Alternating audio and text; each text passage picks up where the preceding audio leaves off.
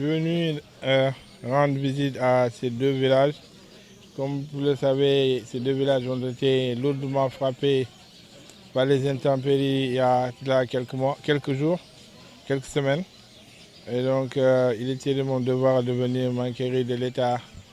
de dégradation des maisons, des habitations, mais aussi pour venir s'enquérir de la situation de ces populations qui ont été éprouvées, d'abord qui ont perdu leur maison, mais aussi qui ont perdu l'essentiel des vivres qui étaient dans ces maisons. Donc je suis venu discuter avec les deux chefs de village, celui de Diaken où nous avons recensé plus de 85 maisons qui ont été endommagées. Il y en a certaines qui sont entièrement détruites. Nous sommes venus ici dans ce village de Diaken qui est un peu plus grand que le premier et qui a aussi dénombré plus d'une centaine de maisons qui ont été endommagées par la grêle, parce que c'est de la glace qui a plu.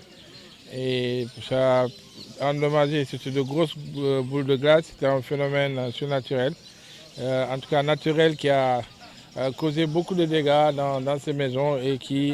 malheureusement, en dehors des dégâts des maisons, mais aussi a détruit toute la nourriture qui était dans ces maisons-là. Donc c'est une population qui est en détresse, qui est en désarroi,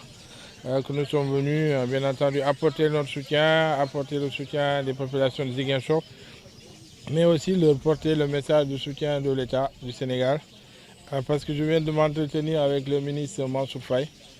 sur la nécessité d'assister ces deux villages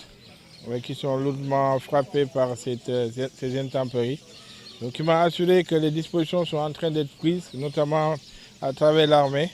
pour essayer d'aider à la reconstruction des maisons ou des cases en termes de tôles, des maisons qui ont été détruites. Mais aussi j'ai fait un plaidoyer pour que des vivres puissent être acheminées dans ce village pour aider les populations. Donc le ministre Mansour Faye a accédé à ma requête et il m'a signifié que dans les jours à venir, l'État va venir en soutien, en vivre à ce village pour les aider à dépasser cette situation.